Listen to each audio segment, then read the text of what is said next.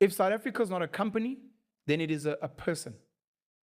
And the heartbeat of the person is the central bank, which is money policy, which is infiltrated through the economic system. Imagine blood flowing through these funding agencies who then enrich certain people. When the ANC was fighting for liberation along with other political parties, the PAC, arguably the IFP and others, right before the end, they were intercepted, met in Zambia. Your Oliver Tambo, your Thabo Mbekis and the like. They met in Zambia with the leaders of big business and some journalists to actually have this conversation.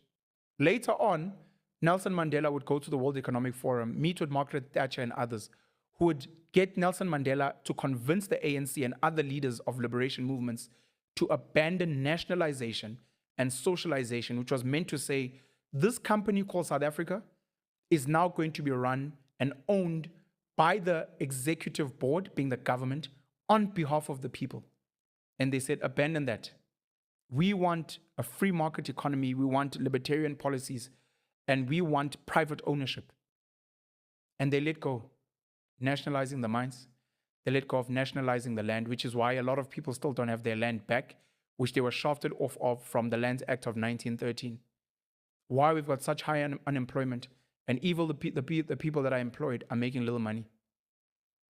In return, a compromise model was given, being Black economic empowerment, today called broad-based Black economic empowerment, from BEE to triple BEE.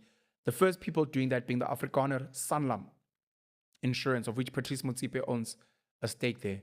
But it was done through some of the ANC vehicles, your Tebe investments. When you actually sit and you break down some of these companies, you realize what happened. Tebe Investments being one of them. You've got Ishanduga Yasil Ramaphosa, you've got Imvela Panda, Tokyo Sehwale, you've got Pamodzi of Ndabantsele, you've got Pembani of Putuma Nhleko. I may be forgetting others as well. Saki Makozoma, Safiga Holdings, and the like. These BEE vehicles that politically connected people created so that white businesses could give them small stakes so that they could keep the rest of Black people at bay.